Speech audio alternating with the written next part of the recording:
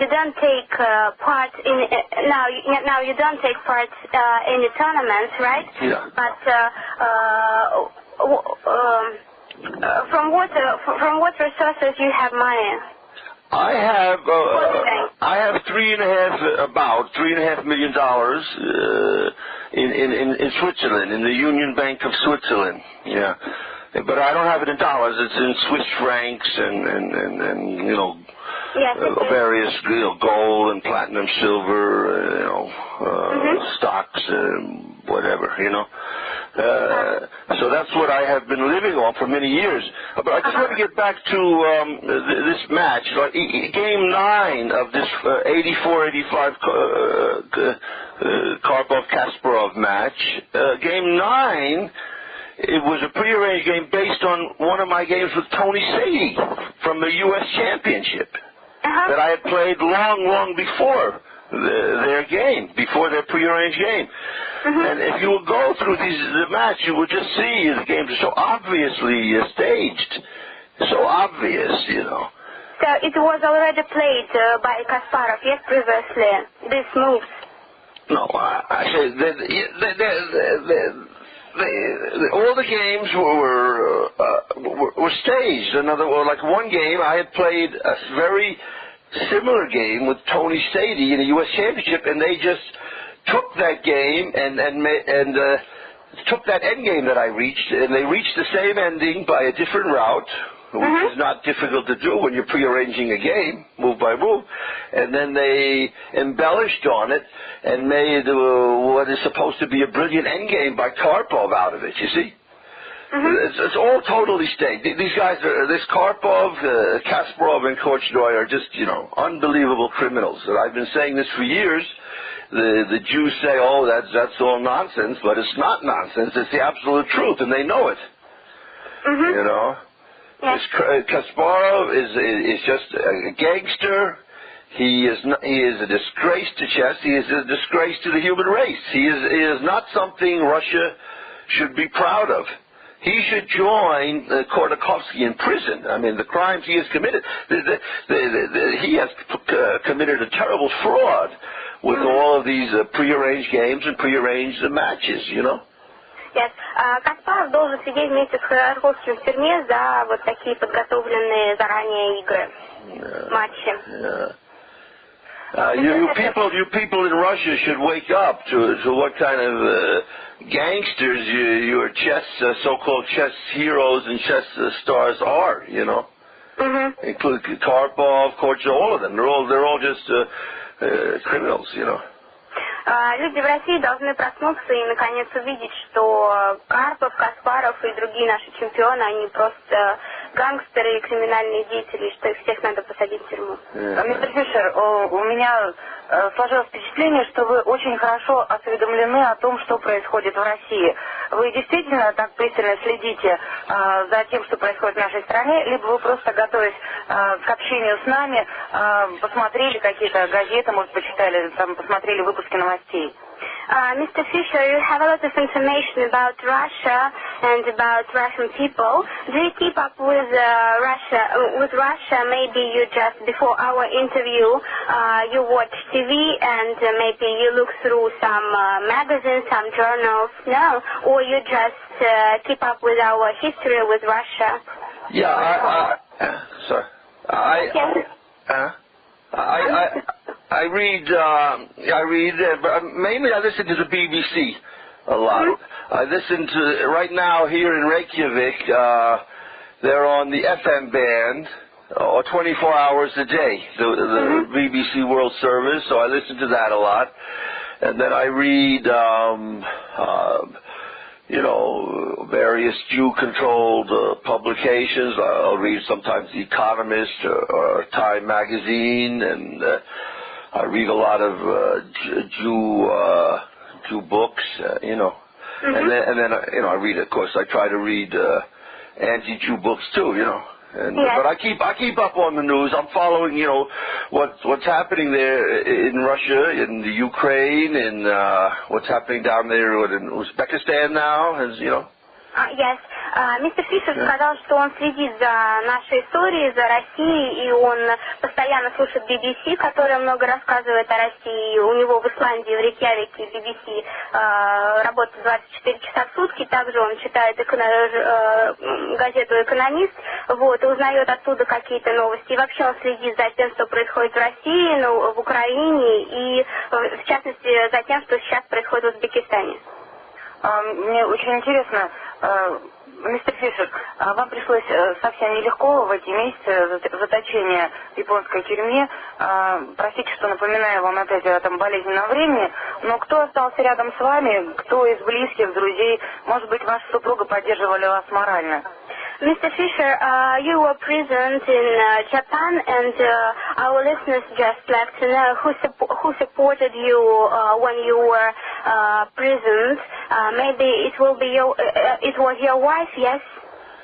No, I'm not married. No, I don't have a wife yet. But I mean, Miyoko Watai. She supported. Yeah. She's a very good friend of mine. She helped me a lot. To try to get me out of there. Yeah. Get out of, get away from the kidnappers, to get free. Мистер Фишер сказал, что действительно Миёко Ватай его поддерживал, когда он был в тюрьме, помогал ему всячески помогла ему освободиться из тюрьмы, но он не женат, она не является его женой, и она просто его близкий, хороший друг. This talk about marrying her, this was just purely a legal maneuver, or I'm just humoring my kidnappers, because they would not let me go to court, they would not let me go free, so this marriage stuff is, while you're kidnapped is complete nonsense, Mr. Fisher, are you going to be married with Miyoko Watai, or it was just for your... No, I'm not going to... No. We're just good friends, Окей. Мистер Фишер сказал, что они с Миёко Ватай, которая является также президентом Японской Федерации шахмат, они жениться не собираются, и все это было сделано для того, чтобы просто помочь ему освободиться из тюрьмы, но она является его очень близким другом, близким и хорошим другом. No, this is just, I'm just humoring my kidnappers, When you're kidnapped, you're not bound by any agreement you make with the kidnappers, You just tell them, you humor them, you tell them what they want to hear to try and get out, you know what I mean? Yes. Мистер Фишер сказал, что вот вся эта история, то есть его женитьбы, это он просто таким образом решил посмешить своих посетителей и, в принципе, сделать то, что они от него хотели, потому что договориться с ними было невозможно. Let me just say, about the U.S. and the Japs, they're the same, because the Japan, or Japland, as I call it, is controlled by the U.S. They don't really have their own government there, But they're always bellyaching about democracy and all this crap. When they the Japs kidnapped me, put me in jail for 9 months, and I was never allowed to go to court, never allowed to see the judge for 9 months. What kind of due process of law is that? So this was, the Japs and the Americans are the worst hypocrites, and the U.S., after all the crimes they've committed, they're still talking about human rights. They've still got some, they're complaining this country and that country is not living up to their standards of human rights. Well, they are the worst violators of human rights in the world, the U.S. They're poisoning Iraq with depleted uranium, killing hundreds of thousands of people. And the Japs are just following the U.S., like sheep. The Japs are following the U.S. to their own destruction. They built 60 nuclear power plants there, practically turning the country into a radioactive wasteland, Japan is an accident waiting to happen, and Japan is a nuclear accident waiting to happen. Мистер Фишер сказал, что Америка и Япония, они одинаковые в том смысле, что Япония находится под полным контролем Америки, и даже в Японии нет своего собственного правительства. И он содержался когда он был в тюрьме, вот за 9 месяцев ему даже ни разу не позволили увидеть судью и ни разу не выводили его в суд. То есть его задержание было абсолютно незаконным. You know, the Jap said the only way you can get out of jail is you have to marry a Japanese, you know. But, чтобы освободиться из тюрьмы, единственный выход был по японским законам, он должен был жениться на Миёко Ватари, на японке. Yeah, but so I just humored them, but I'm not married to her. No, that's complete nonsense. You know? Я просто повеселил их, я не женился на ней. Это просто был розыгрыш. I'm really disappointed with the Japs. You know, I thought that they were decent people. I couldn't believe, you know, the way these Jap immigration guards just threw me into jail like this suddenly. You know, I mean, they're just pigs. The Japs, really, just pigs. You know. This Koizumi is a gangster. This guy has to be punished. This guy, I think, when he's going to have to flee one day to the filthy U.S. You know, once this occupational government over there in Japan is overthrown, he's going to have to spend his last days in the U.S. playing, playing rock and roll music and watching American movies, you know. Мистер Фишер сказал, что он очень разочаровался в японцах и в Японии вообще, и что вот за такие действия они должны быть наказаны. Yeah. Mr. Fisher, how do you think Мистер Фишер, у меня к вам вопрос. А почему в качестве страны, которая вам предложила свое гражданство, выступила Исландия? Это ваш выбор или это Исландия предложила вам? Mr. Fisher, why Iceland helped you? How do you think it was your reason to move to Iceland, or it was the initiative of Iceland Chess Federation? No, the Iceland Chess Federation had nothing to do with this at all. I contacted my old friend, my bodyguard from 72, my 72 match with Spassky. After I got kidnapped by the Japs, I called him from jail, and we were talking, you know, and eventually he got the Icelandic government to first to grant me like a political asylum, and then later, when the Japs still wouldn't let me out, then he got the Icelandic government to give me citizenship. I have a new Icelandic 10-year passport, by the way. I just got it. I got it about a few days ago. Yes. Исламская федерация шахмат здесь совершенно ни при чем. Я просто обратился за помощью к своему телохранителю, который присутствовал со мной на матче со Спасским, и он помог мне переселиться в Исландию. So, Mr. Fisher, could you tell us the name of your bodyguard who helped you to move? That's the Sammy Paulson. His name, его имя Самуэль Полсон. Yeah. And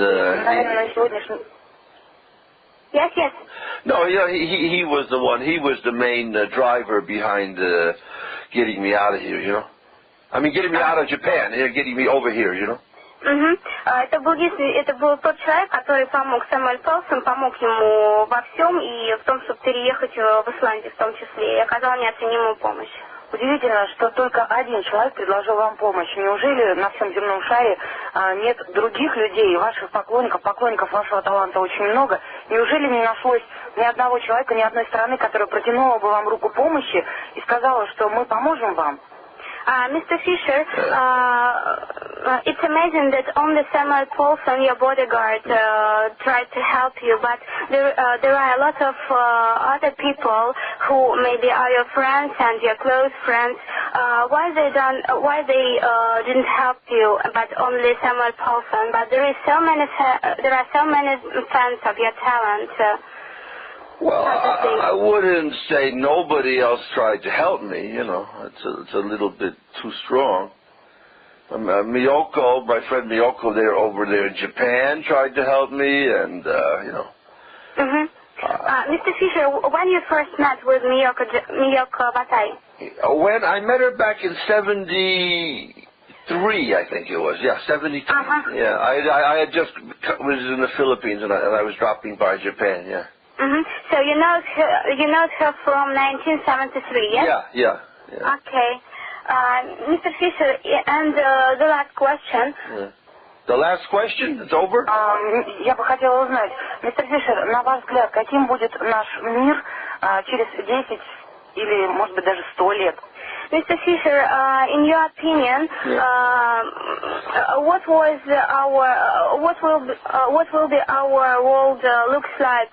How does it will looks like in 10 years or maybe 100 years? In your opinion? Oh well. How our world looks like? Yeah, well, it's a very, very serious situation now with all these nuclear reactors and nuclear bombs, you know. Ядерные бомбы, yes. And unless we can do something about the Jewish problem, мы должны что-то делать с еврейской проблемой. And the Jew-controlled United States, you know. I think we're heading toward a nuclear war. That's what I see happening.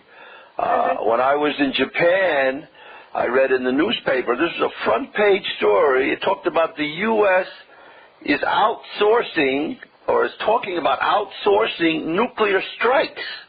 Have you heard about this? This is really unbelievable. In other words, rather than do the nuclear attack themselves, they may give it to a third country to do it for them, so then the U.S. can keep their hands clean or keep some kind of deniability about the nuclear attack. I mean, this sounds like a fantasy, like insanity, but this was on the front page of the Japan Times. You're talking about a country, the United States, that is totally out of control. And it has to be brought down. It is not, a civilized country. It has to be eliminated from the world scene. The United States is evil. It is a rogue country. And the United States, the Jew-controlled United States, started this nuclear arms race. They're the ones who have made this world the hell that it is. They started the nuclear arms race when they built the first atom bomb in the United States. And back there I think they exploded it in 1945 in Alamogordo, New Mexico, right? They started it all, and now they're complaining about North Korea and Iran. They don't complain about Israel, of course, but they complain about North Korea and Iran and Pakistan and India and all these other countries that have nuclear weapons. But they started it all. And they want other countries to give up nuclear ambitions, nuclear weapon ambitions, but they themselves are doing nothing about their nuclear bombs. If the United States has any sense left at all, if they want to save the planet, they should unilaterally destroy all of their nuclear weapons. I think that would, because they started it all. They should do that. Of course, it's risky. It'd be risky to do that. But if they don't do it, there is no risk. It's just going to be a certain destruction of the planet. You see. So it's better to take the risk, destroy all of their nuclear weapons, set a good example for the world. Because if they don't do that, there's absolutely no question we're heading toward a nuclear war. They don't do that, there's absolutely no question we're heading toward a nuclear